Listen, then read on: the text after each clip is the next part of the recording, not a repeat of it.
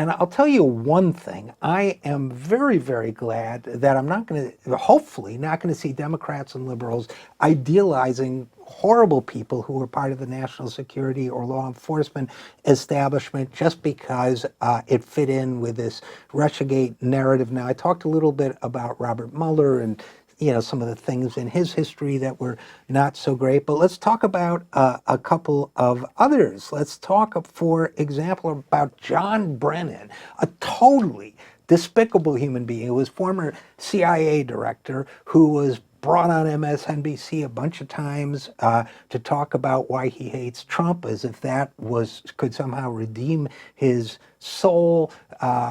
John Brennan, who also his angry tweets about Trump would get retweeted endlessly by Democrats who wanted to idealize him. Samantha Power, who was Barack Obama's ambassador to the UN, proudly retweeted one with the quote, "Not a good idea to piss off John Brennan." Well, John Brennan was not a good guy.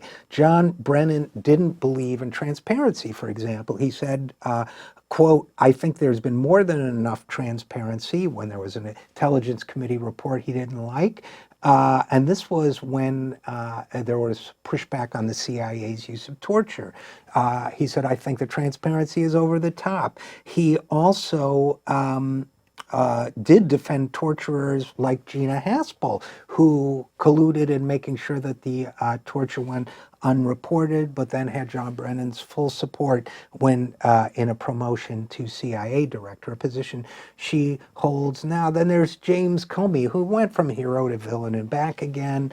But Comey, the American Civil Liberties Union, noted that, quote, "As the second highest ranked Justice Department official under John Ashcroft, Comey approved some of the worst abuses committed by the Bush administration." Specifically, says the ACLU, "the publicly available evidence indicates Comey signed off on enhanced interrogation techniques that constitute torture, including waterboarding." So that's two torturers that made it to be resistance heroes. We could go on. I mean, James Clapper, that was the most ridiculous one of all, the former director of national intelligence, who almost irrefutably, in fact, I'm going to say irrefutably, perjured himself before Congress. He can, of course, sue me for libel if he disagrees, when he denied that the government was collecting data on, quote, "millions or hundreds of millions of Americans." As one attorney said, even in a city with a notoriously fluid notion of truth,